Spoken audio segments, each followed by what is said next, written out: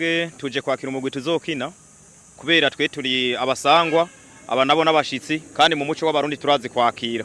Rero tuje kwakira uyu mugwi tuzokina nawo ari wo mugwi wa Al-Ahli yo muri Egiputa. Twaje kubakira rero kandi twiteguye no kubazimana. Inzimano nayo urayumva ni bitsindo kuri Stade Intwari. Ibyo nibyo niyo ntumbero dufise, turabakira, turabaho uburyamo, turabafasha byose, nta kibazo na kimwe, ariko ku munsi wa gatandatu turaza gufinaliza byose tubatekerera impamba y'ibitsindo n'amanota tuyagumane, kuko ibyo twifuza twebwe nuko tunezereza abarundi. Muri uko kunezereza abarundi rero nuko twakira abantu, ariko tukanagira iki, tukanatekerera impamba y'abatugendeye. Ndi umumenyereza niyo nkuru Gustave, ndi umurundi, nkaba mfise impamya bushobozi mu mupira w'amaguru ya licence ACAF, nkaba ndi umunwanyi cyane akunda gukurikirana Linox Sport.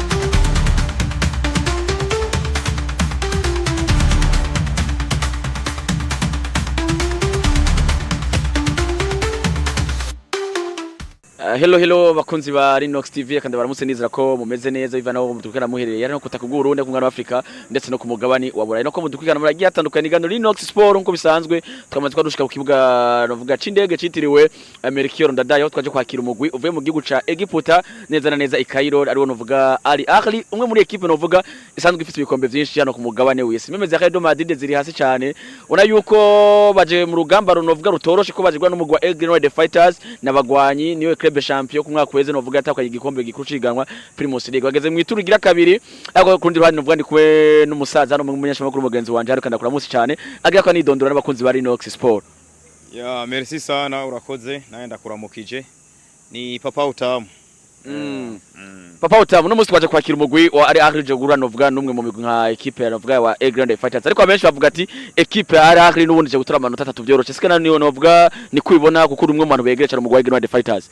Ya ntabwo ariko ndabibona kubera twebwe tuje kwakira umugwi tuzokina kubera twe turi abasangwa aba nabo n'abashitsi kandi mu muco w'abarundi turazi kwakira.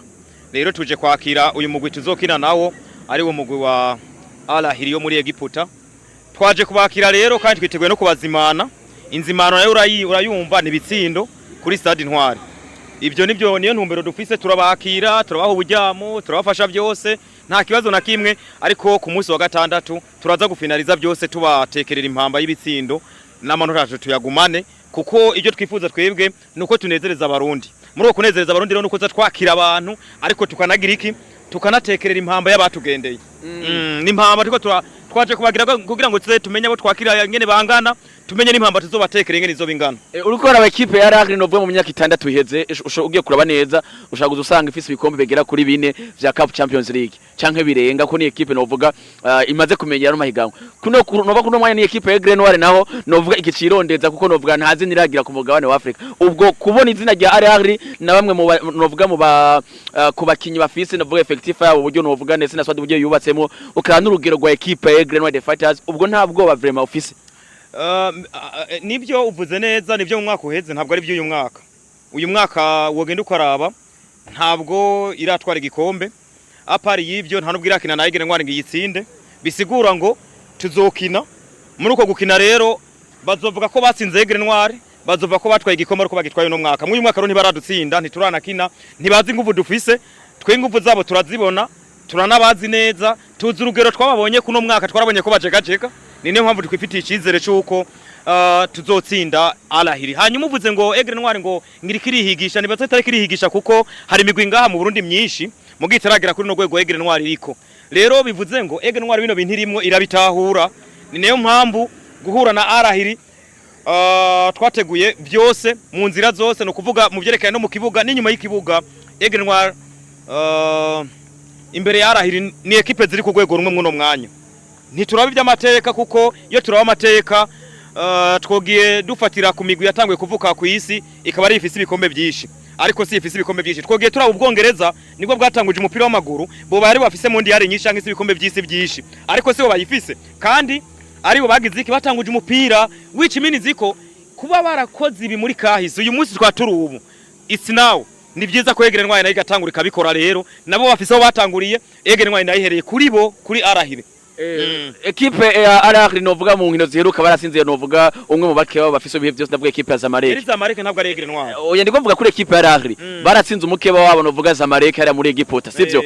Uno munsi ni ekipe ya novuga Aigle Noir nayo genda kuraba mu nkino zibiri baheruka ego bakina Flambo nako barakina ekipe baratsinze barakina ekipe ya Olympique Star ko ni ekipe barayitsinze ariko ni ekipe ya Olympique Star novuga yuko mu minota ya nyuma ndetse kuva no kuva ku ntango y'urukino ni ekipe bavuga yuko yasa nkiyarushije ekipe ya Aigle Noir mu byo gutembereza umupira wagenda kuraba kuri ekipe ya Muzinga nayo mwitwaye nabi ukacongera ko namwe mu bakinyi mufise novuga asazwe ari mu mvune uno munsi arimwe bakinyi beza nawo bidea kuko mu bakinyi baca ku mpande Keve nawo musiga hanze numwe mu bakinyi beza ugashira ko novuga naba babukuru Keita nabona yuko nabo basa n'abakinyi ubwo kuraba urugero rwa Aigle Noir mu nkino ziheruka n'abakinyi bari mu mvune ubwo urabona yuko muri ku rugero rwiza rwo kuza kuvuga ati je nka Papa Utamu ekipe ya Aigle Noir ndaza kuvyemeza ndabishimange kwiza gusida ekipe ya Al-Ahly.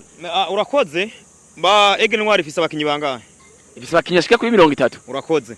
Mwabo bakinyi havuye nk'umukinyi umwe Aigle Noir inkino cyazisiba. Ariko ramwe mu arazibareye nibyo nagene ngo marakubwire. Umukinyi umwe avuyemwo ntabwo bivuze ko Aigle Noir ihagaze. Ibikorwa bya Aigle Noir birapanze niko nawe bivuga. Hari cyo bita backup. Aigle Noir itegura mu nzira zose. Yiteguye umukinyi itegura n'umusubirizi. Yiteguye umumenyerezi itegura n'uwa kabiri. Yiteguye umuganga itegura n'umufasha wiwe.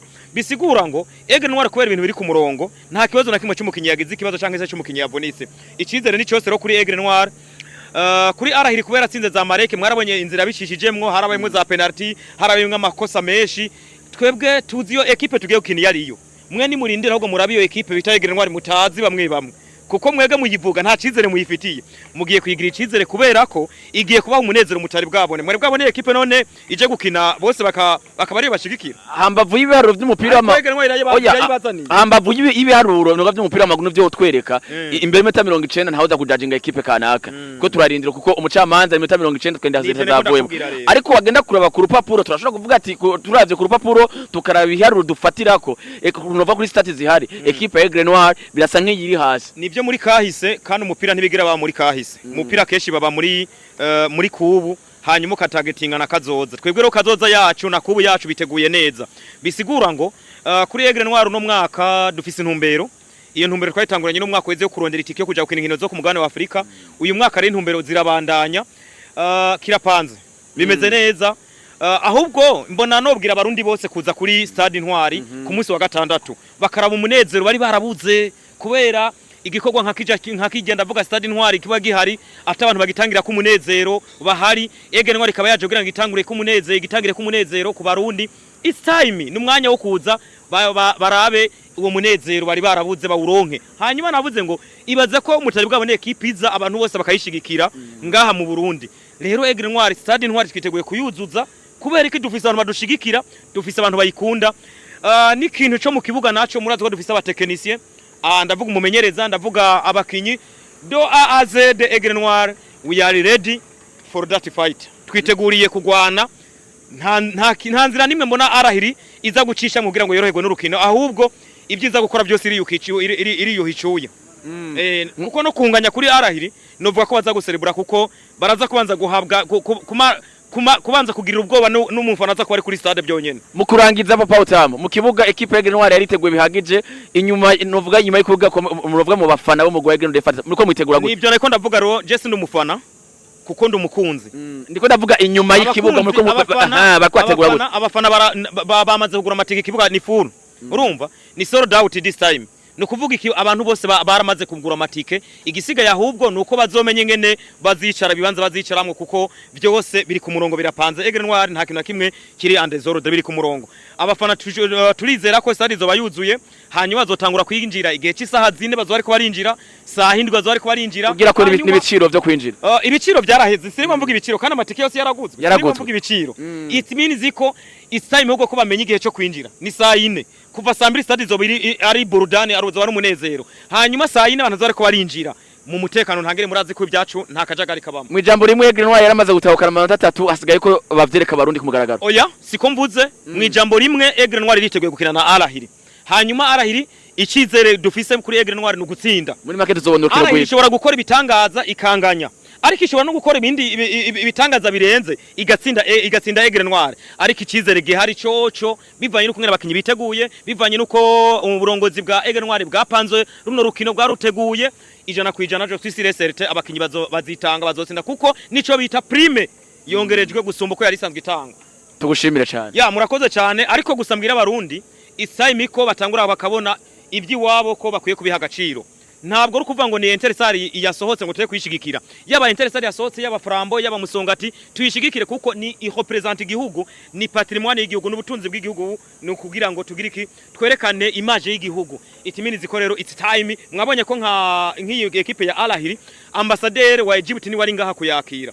Wabonye ko abantu bari mu ndongozi zitandukanye muri Egiputa baje kuyakira bari ngaha mu Burundi. Why not twe tutoyitsindira ngaha hanyuma twashigikiwe n'abantu ba Musongati, twashigikiwe n'abantu ba Intersari ba Vitaro. It's time kwerekana urukundo kw'iby'iwacu. Neza cyane nuko reka twatumire mwese bakunzi b'inkino muri rusange kuko Aigle Noir imaze gusohoka kano kanya abari igihugu gisose. N'abarundi twese musange kuza kwerekana novuga mutima novuga urukundo na cyane cyane twifuza guteza imbere vyacu.